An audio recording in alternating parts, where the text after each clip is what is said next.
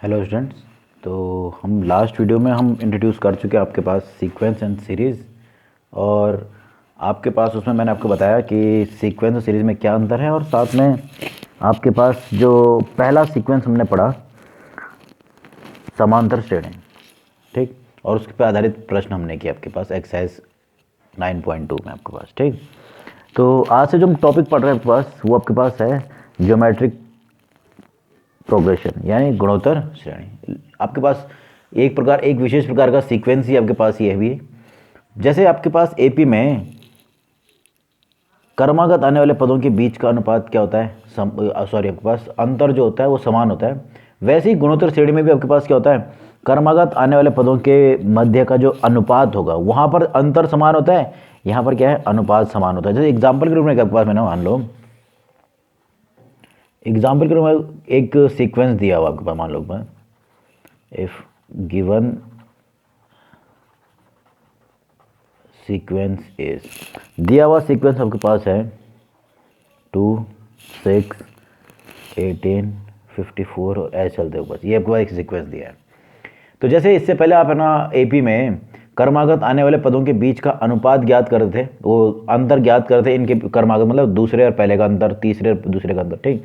तो ऐसे ही यहाँ पर आपके पास हम क्या करेंगे, हम क्रमागत आने वाले पदों का अनुपात, यहाँ पर पास हो गया, ये जो पहला ये हो गया A1 = 2 है, A2 = 6 है, A3 = 18 और ऐसे ही A4 = 54। ये आपके पास दिया हुआ आपके पास है।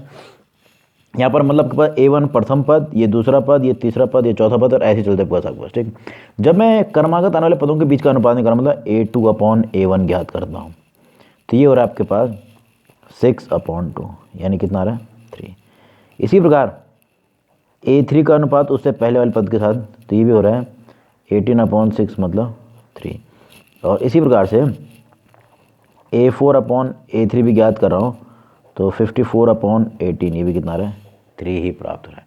तो मैं देखूँ आपके पास यहाँ पर जो आने वाले जो इस सीक्वेंस में, यानी आपके पास इस अनुक्रम में जो क्रमागत आने वाले पद हैं उनके मध्य आपके पास अगर आप देखें तो जब अनुपात लिया जा रहा है, जैसे मैंने दूसरे पद का पहले से, तीसरे पद का दूसरे से, चौथे का तीसरे से अनुपात लिया, तो सबका अनुपात क्या रहा है, समान आ रहा है आपके पास, ठीक है। तो इस टाइम पर ये जो आपके पास अनुक्रम है, then sequence is called GP. क्या कहलाएगा ये, जीपी यानी गुणोत्तर श्रेणी कहलाएगा, क्योंकि यहाँ पर अनुपात क्या रहा है, समान आ रहा है। आप अनुपात देखो तो अनुपात क्या रहा है, सेम आ रहा है। तो और यहाँ पर इस केस में एंड आर कहलाता है आपके पास कॉमन रेशियो। इस केस में से वहाँ पर डी था कॉमन डिफरेंस, यहाँ पर कॉमन रेशियो, जो कि इस केस में कितना है, इस केस में आपके पास मिल रहा है 3। तो इस हिसाब से अगर मैं डेफिनेशन की बात करूँ, इसकी डेफिनेशन देखें आपके पास, इसकी परिभाषा क्या होगी, तो परिभाषा से कुछ इस प्रकार से आपके पास एक आपके पास अनुक्रम क्या कहलाता है, जीपी कहलाएगा। देखो पर गिवन सीक्वेंस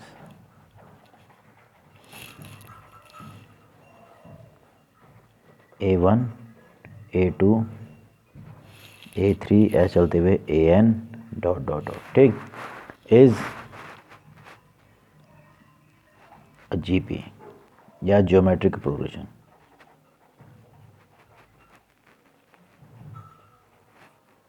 क्या कहलाएगा आपके पास, गुणोत्तर श्रेणी कहलाएगा। ये आपके पास दिया हुआ जो अनुक्रम हो क्या कहलाएगा, जीपी कहलाएगा आपको, यानी गुणोत्तर श्रेणी कहलाएगा। यदि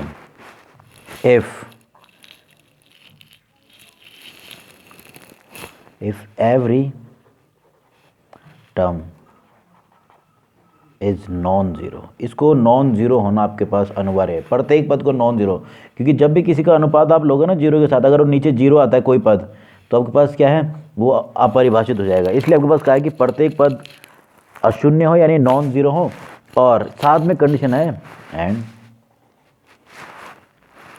AK+1/AK = R, जहाँ आपके पास जहाँ k is greater than equal to 1, एक या एक से अधिक, ठीक है। तो आपके पास कंडीशन ये होनी चाहिए। तो इस केस में अगर कोई, अगर मैं कहने का अर्थ क्या है, देखो AK मतलब जो केवां पद है उसका, उसके साथ जब मैं अनुपात किसका ले रहा हूँ, k+1वें पद का, मतलब k+1वें पद का अनुपात मैंने उससे पहले वाले पद से ले लिया, तो हमें से क्या प्राप्त हो रहा है, एक r प्राप्त हो रहा है। आप कोई भी पद ले लीजिए यहाँ पर, उसका उससे पूर्व जो आपके पास पद था उससे जब अनुपात लिया जाएगा, वो जो आपके पास आ रहा है वो कह रहा है सब में आ रहा है, मतलब वो अनुपात क्या रहा है, सेम आ रहा है। तो इस केस में यहाँ पर आपके पास r where r is common ratio, ये आपके पास क्या कहलाएगा, सर्व अनुपात कहलाता है। हिंदी में कहते हैं इसको सर्व अनुपात। जैसे आपने उसमें जो अंतर था सर्वांतर, वैसे यहाँ पर पास किया सर्व अनुपात। और ये अनुपात हमेशा क्या आने वाला है, समान आने वाला सबके लिए।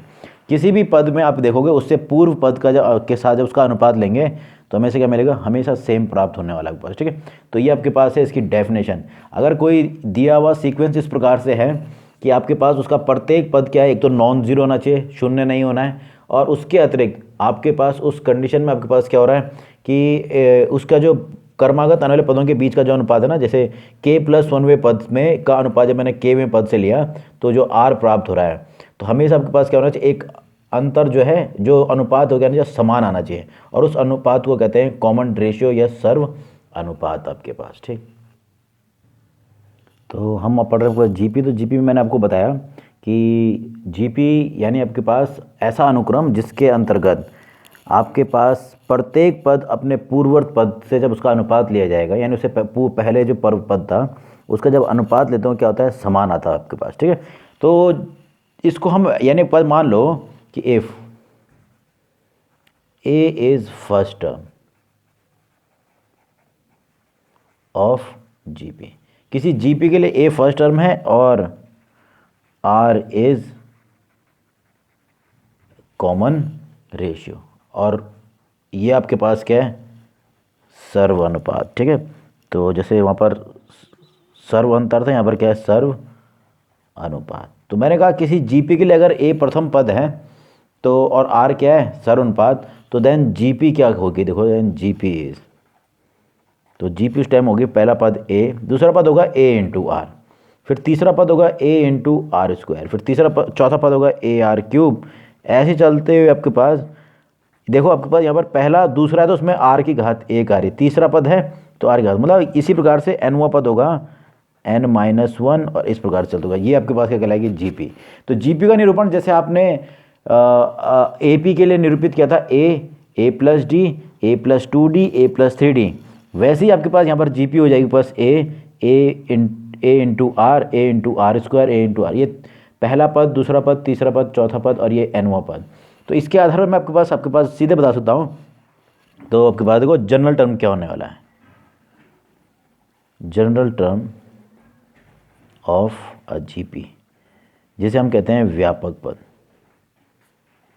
तो व्यापक पद यहाँ पर होगा nवां पद यानी an के द्वारा, या फिर आप लिख दो nth टर्म। व्यापक पद को कहते हैं हम, इसकी मदद से हम कोई भी पद निकाल सकते हैं। ये इक्वल टू सिंपली होता है a इंटू आर की पावर n-1। तो nवां पद का फॉर्मूला इस केस में आपके पास हो रहा है a इंटू आर की पावर n-1। तो ये इस प्रकार से आपके पास जीपी के लिए आपके पास मैंने nवां पद भी ज्ञात किया।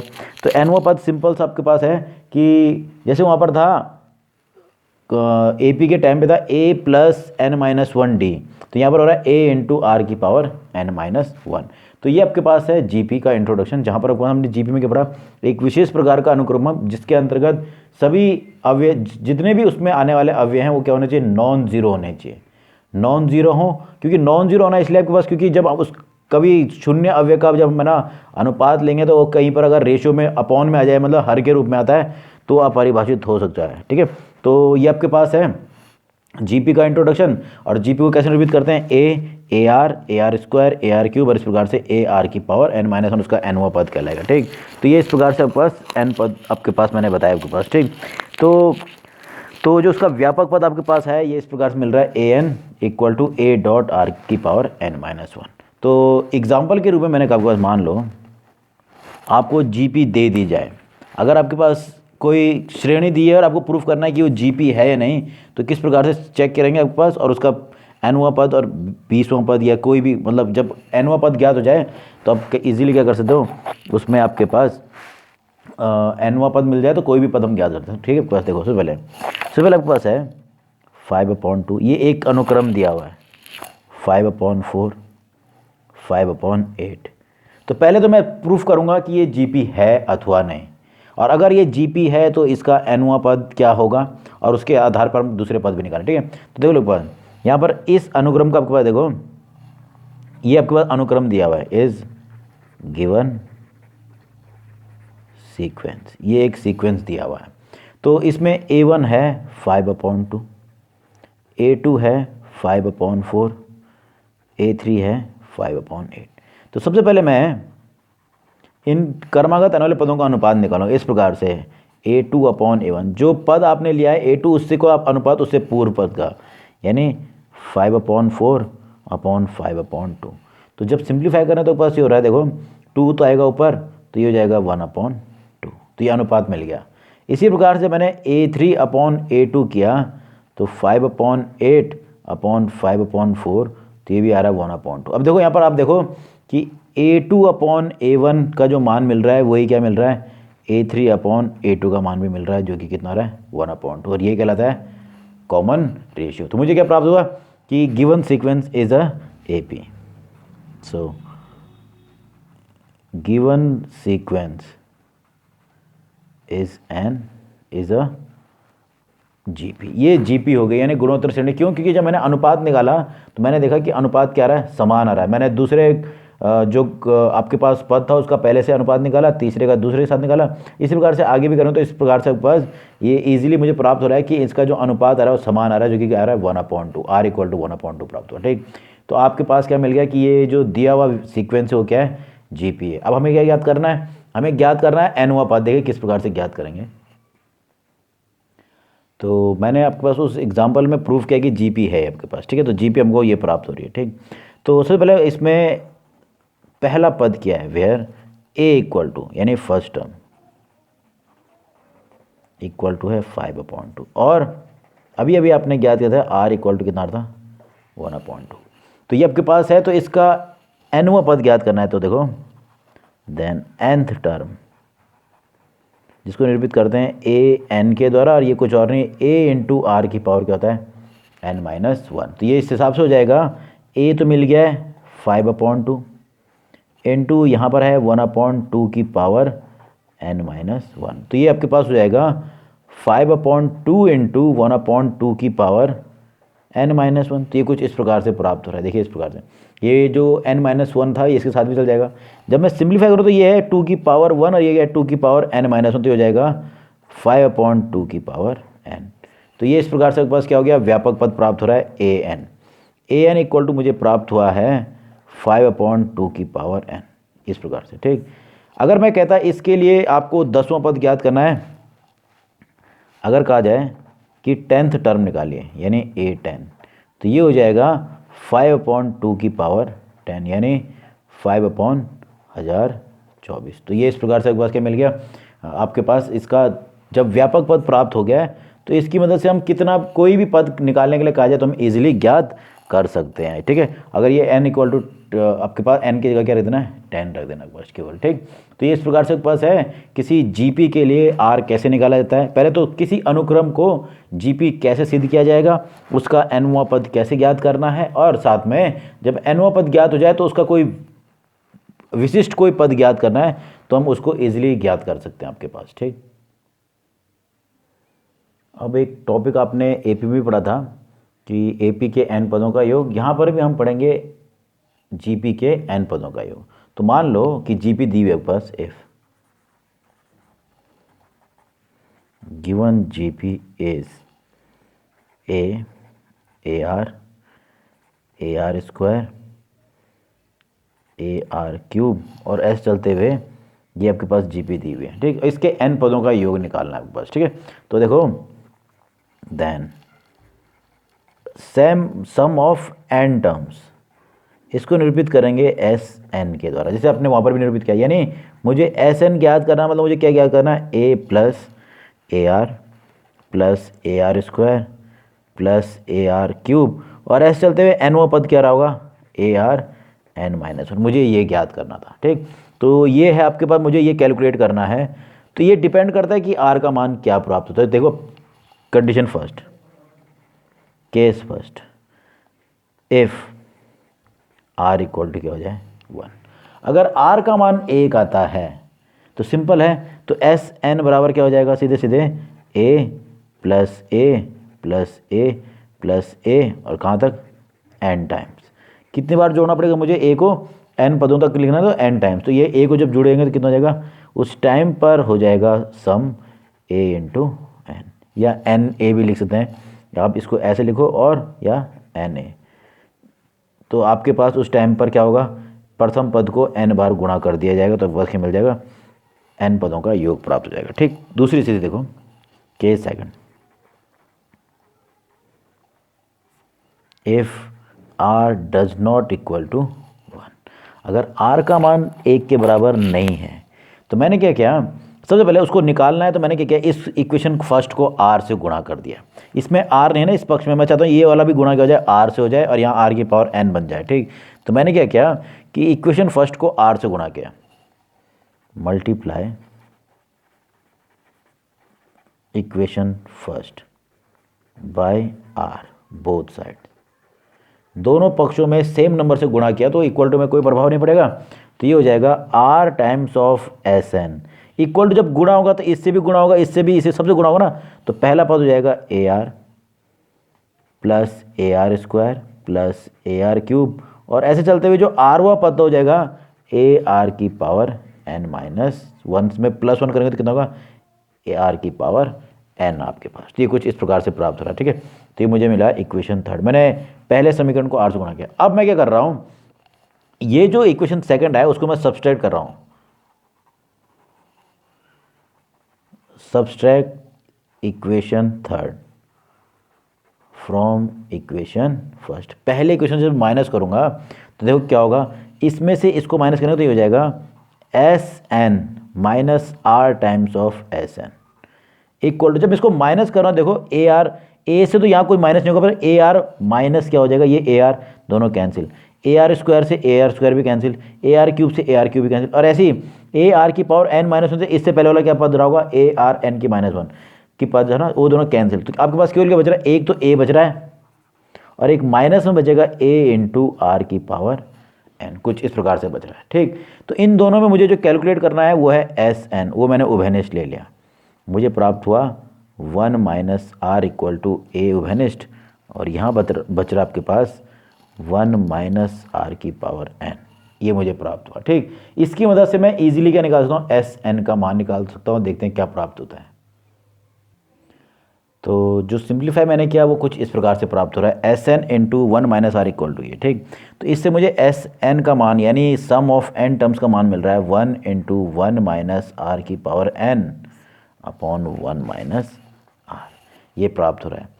तो एक तो ये प्राप्त हो रहा है, या फिर आपके पास ऐसे भी लिख सकते हैं, ये इस केस में आर का मान 1 से कम था। ठीक, और दूसरा फॉर्मूला इसी के आधार पर उसको आप सब्सट्रैक्ट दूसरे तरीके से करते हैं तो आपको मिलता है ए इंटू, इसको ऐसे लिखो या ऐसे भी लिख सकते हैं, आर की power n minus 1 upon r minus 1। इस केस में आर का मान 1 से अधिक आपके पास। ठीक, तो ये दो फॉर्मूले आपके पास मिल रहे हैं, एक ही है आपके पास असल में। इसमें अगर माइनस उभयनिष्ठ ले लेना तो इससे भी माइनस उभयनिष्ठ लेंगे तो ये अपने आप ही माइनस से माइनस कैंसिल होगा और ये फॉर्मूला मुझे प्राप्त मिलेगा। ठीक, तो ये आपके पास है एन पदों का योग। अब इसको याद रखना है कि कहा जाए कि एन पदों का योग निकालिए तो हम इजीली क्या कर सकते हैं, इसके हिसाब से एन पदों का योग ज्ञात। जैसे मैंने कहा, मान लो एग्जांपल के रूप में, if given GP is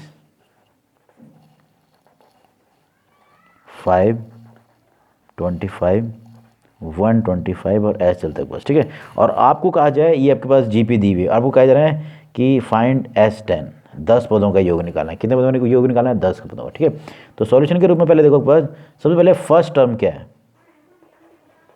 first term a equal to है 5। अगर मैं बात करूं रेशियो की तो रेशियो आपके पास हो जाएगा 25/5 यानी 5, सीधे आपके पास रेशियो एक और मिल गया। ठीक है, तो मुझे रेशियो भी मिल गया, प्रथम पद भी मिल गया है। तो एस एन कितना होगा देखो, जो कि क्या 1 से अधिक है, तो एस एन हो जाएगा, एस एन इक्वल टू होगा 5 इंटू 5 की power n minus 1 upon 5 minus 1 यानी हो गया 5/4, 5 की पावर n-1। ये आपके पास है n पदों का योग। तो मुझे कितने पदों का निकालना है? 10 पदों का योग, नहीं है S10। तो हम क्या रखेंगे? 5/4, यहाँ पर रख देंगे 5 की घात 10 -1। तो ये इस प्रकार से क्या हो गया? इस जीपी के लिए 10 पदों का योग मैंने ज्ञात कर लिया। तो क्वेश्चन सिंपल ही होंगे, बस आपको याद रखना है कि फॉर्मूला जो आपके पास है वो आपके पास क्या है। जैसे एपी में था, एपी में तो फॉर्मूला आपके पास था n/2 2a + n-1d।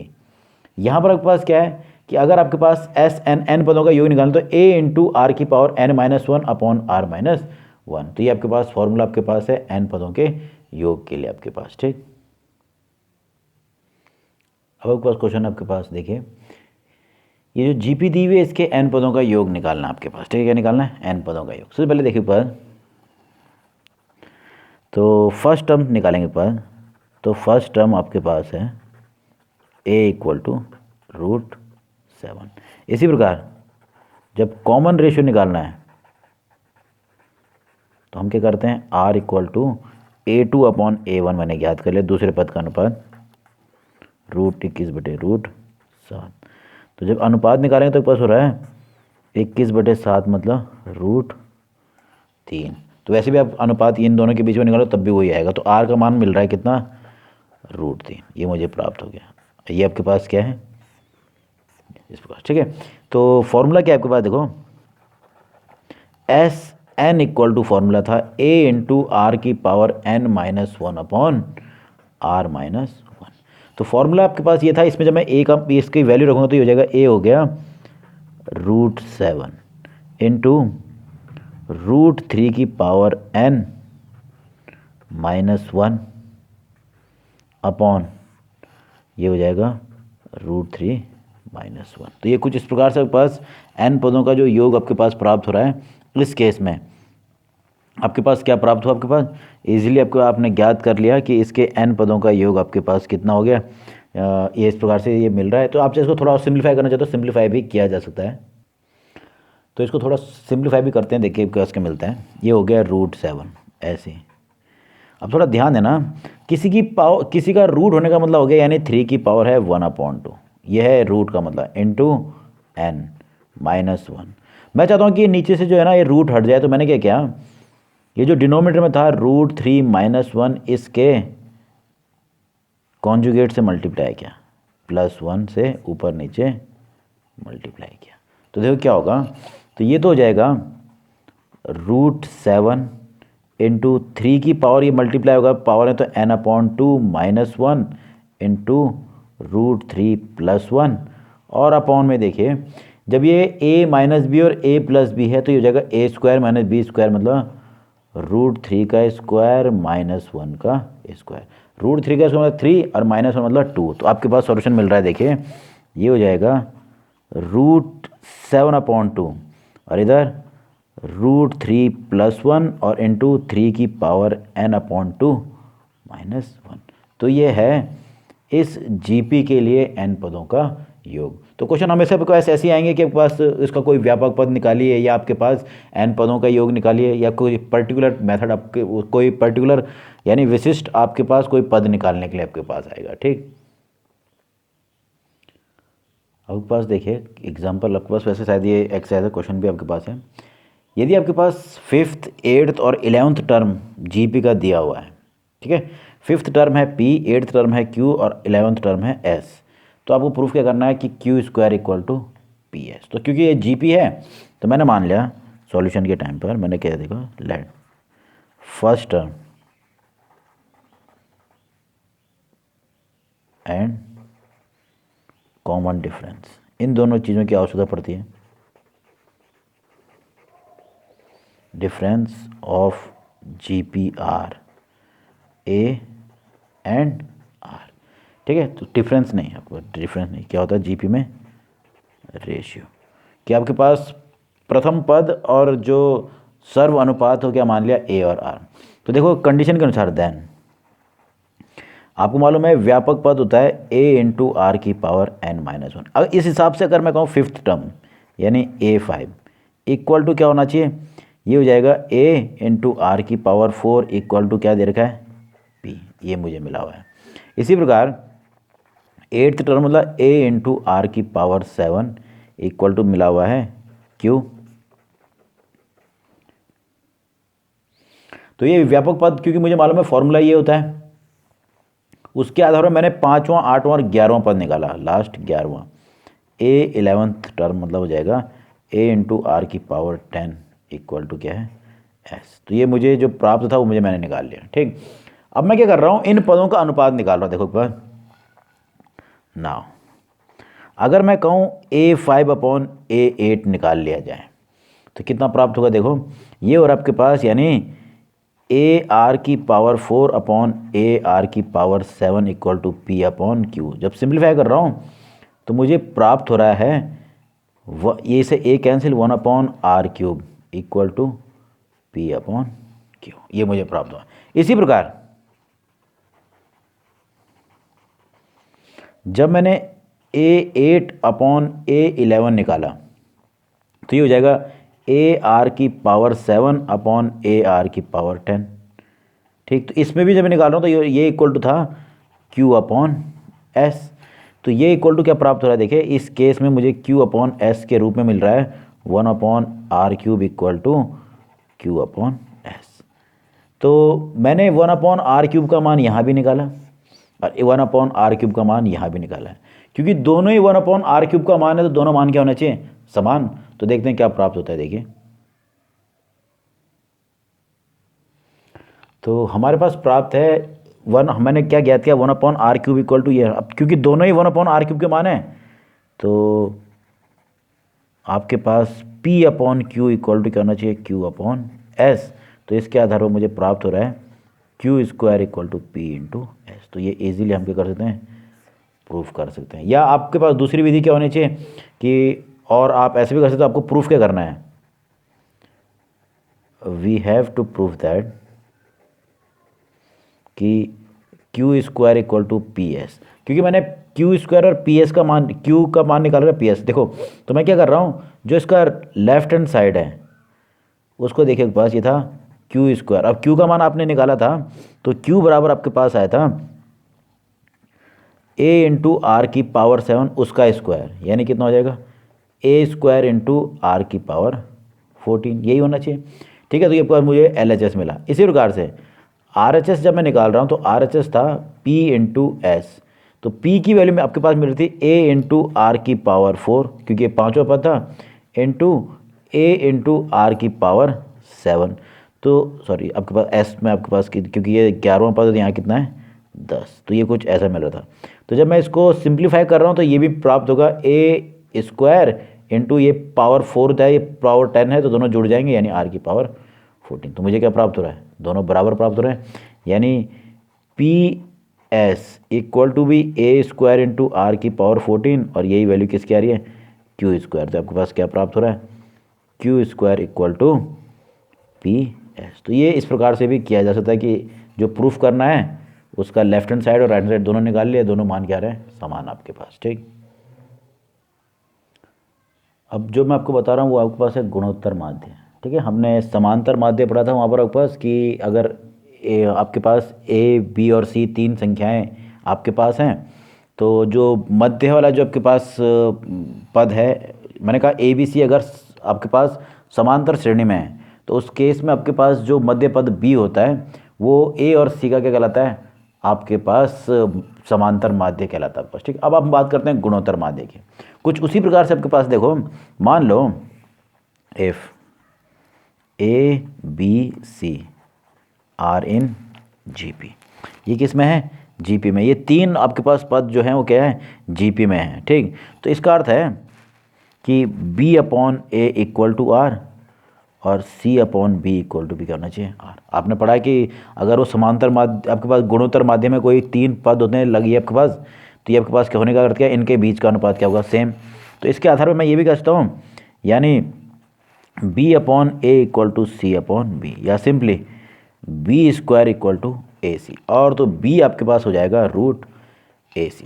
तो इस केस में जो आपके पास जो मध्य पद, उस केस में B जो था आपके पास, आपको याद हो ABC जो मध्य पद था उसको लिखते थे A+C/2, यानी आपके पास वो समांतर माध्य कहलाता है। यहाँ पर आपके पास जो B है इक्वल टू √AC, ये कहलाता है आपके पास गुणोत्तर माध्य।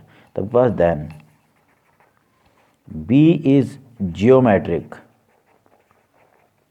Mean of A and B. तो इस केस में बी बराबर क्या है, रूट ए सी। तो यहाँ पर आपके पास जो मध्य पद होगा वो आपके पास क्या कहलाएगा, उस दोनों पदों का ए और सी का क्या कहलाता है, गुणोत्तर माध्य, जिसे निरूपित किया जाता है डिनोटेड बाय,